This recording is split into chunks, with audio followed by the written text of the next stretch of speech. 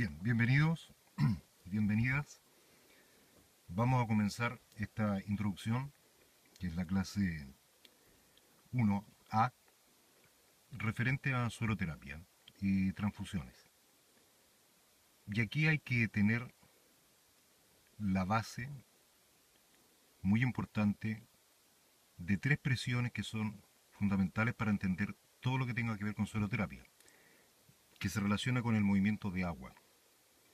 En el manual ustedes podrán ver que se irá subiendo clase a clase. Después de esta clase se sube la parte correspondiente a este manual. Y el manual, algunas cosas las tienen que ir llenando ustedes por un tema de memoria y de aprendizaje. ¿Mm? Algunas definiciones. Está escrito, pero algunas cosas las llenan ustedes. Y en su inicio se dice que la medicina es el estudio de la interacción de receptores, movimiento de electrolitos y movimiento de agua. Esa es la base fundamental, y el que se aprende eso aprende casi todos los principios de fisiopatología y de farmacología principalmente, dentro de lo que está incluido la sueroterapia. Vamos a tener que observar entonces el movimiento del agua. Esa es la base para entender los sueros. Lo primero que hay que considerar es que nosotros tenemos plasma, tenemos líquido extracelular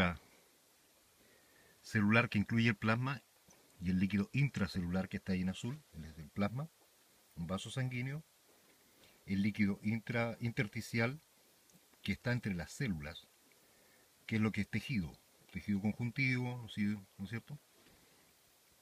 Y la célula propiamente tal, en que tenemos el líquido intracelular.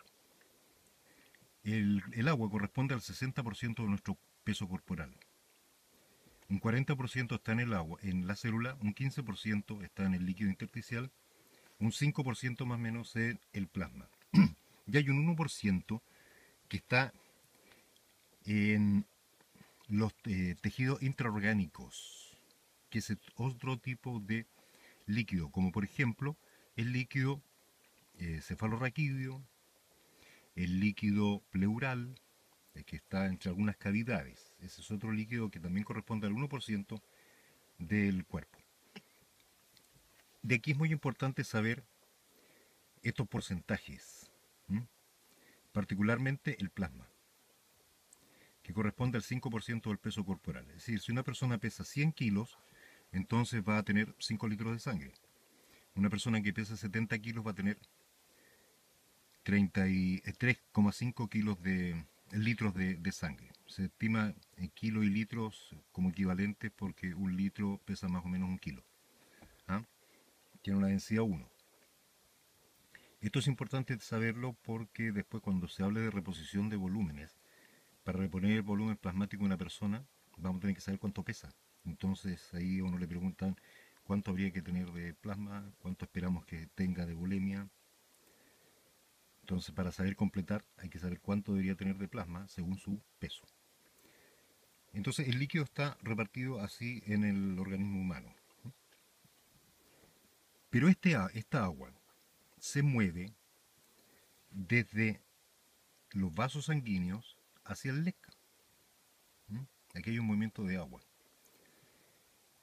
que hace que esto que tenga una concentración. Entonces, cuando nosotros hablemos de presión osmótica, que eso está detallado en el manual cuando lo vean después ustedes con calma, vamos a estar hablando de concentraciones. Aquí lo que nos vamos a tener que fijar en las concentraciones, no en las cantidades. Y eso vamos a tener en el video 4 un ejemplo muy claro de lo que son las concentraciones, no cantidades. Uno puede tener una concentración de electrolitos aquí, pero lo que no, una cantidad de electrolitos, perdón, pero lo que nos interesa saber es la concentración. Y eso va a depender de qué? De la cantidad de electrolitos disueltos en una cierta cantidad de agua, en el agua que está aquí.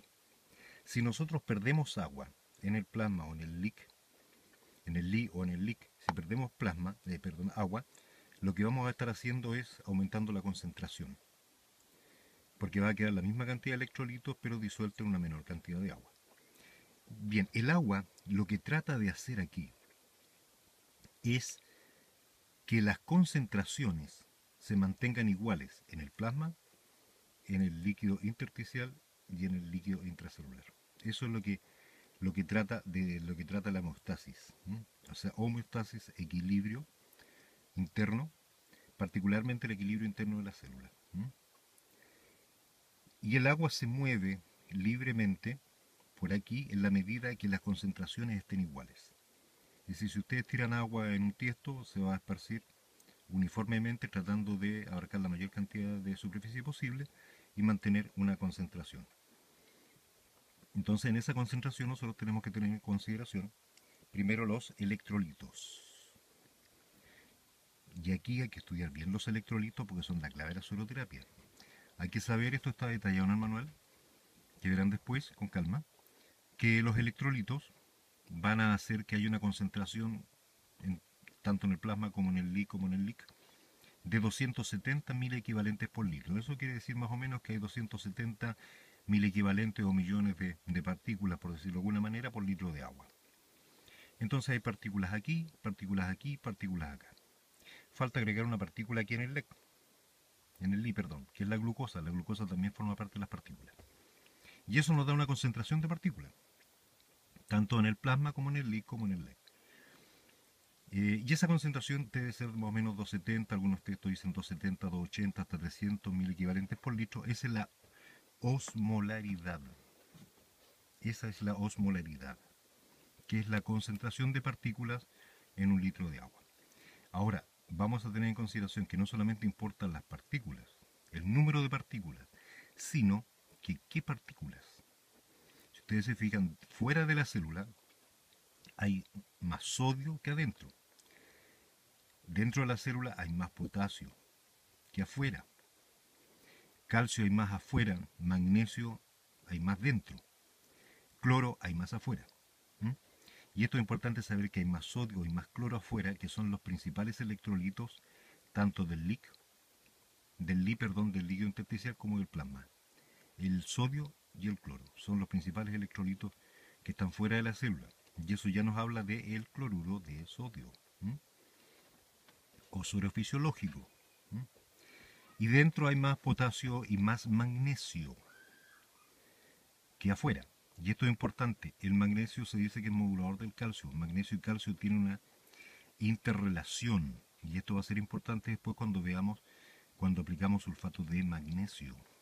Para evitar las convulsiones, que esto tiene una relación importante con en qué suero se va a poner y por qué se pone sulfato de magnesio y por qué después se pone calcio como antídoto cuando hay una intoxicación de sulfato de magnesio. Entonces, lo que interesa aquí en esta primera parte es saber que lo que intenta la presión osmótica es mantener un equilibrio de agua entre los tres compartimentos.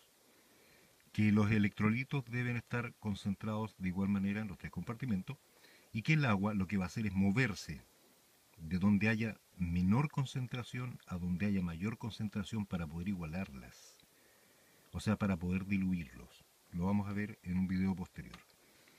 Pero lo que nos interesa aquí es que el agua, por la presión osmótica, se va a mover del plasma o al LI o al LIC dependiendo de las concentraciones de electrolitos.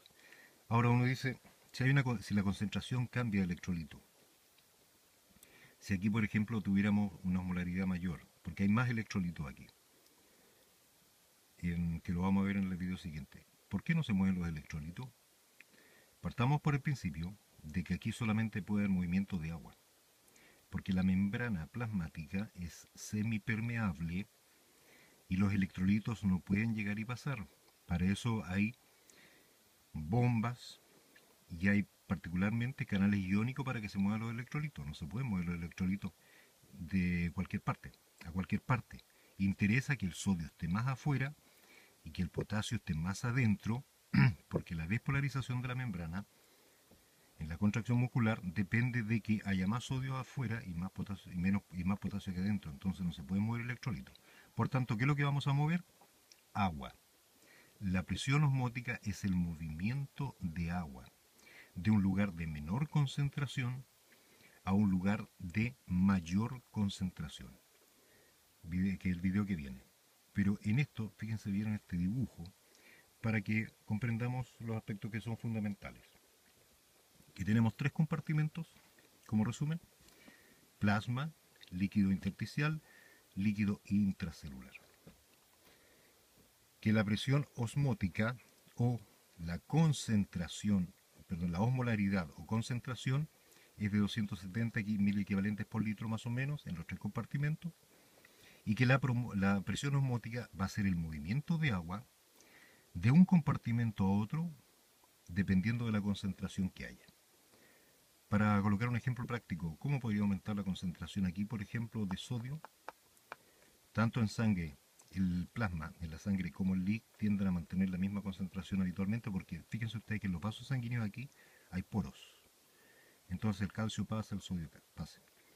Pero el sodio no puede llegar y entrar a la célula. O sea, si hay un exceso de sodio, se acumula aquí. ¿Mm? ¿Cómo se nos ocurre a nosotros que podríamos aumentar el sodio aquí? Muy simple, comiendo papas fritas. Comamos harta papa frita. ¿Y qué es lo que va a ocurrir? Que vamos a aumentar la cantidad de sodio aquí. ¿Mm? Y si nosotros aumentamos la cantidad de sodio aquí, vamos a tener el siguiente movimiento.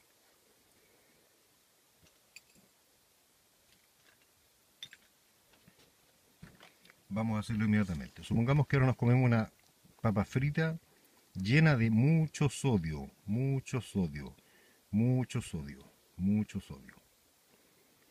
Harto sodio. ¿Mm? Y se acumula aquí, no puede llegar y pasar al interior de la célula. ¿Qué es lo que nos ha ocurrido con la concentración ahora? Con la osmolaridad. La osmolaridad ahora no es de 270, sino que está mucho más concentrado y ahora es de 350. Tanto en el líquido como en el plasma. Estas tienden a ser iguales. Es de 350 y esta, la concentración es de 270. ¿Qué es lo que ocurre? Vamos a tener que equilibrar con agua. Aquí está más concentrado. ¿Por qué? Porque le colocamos más sodio. Entonces, lo que va a ocurrir aquí es que va a salir agua. Y la célula va a comenzar a deshidratarse.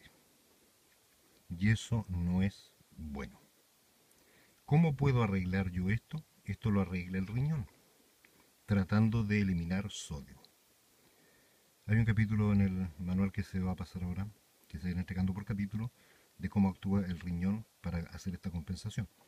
Pero si nosotros comemos mucha papa frita, ¿qué es lo que va a pasar? Que nuestra osmolaridad va a aumentar.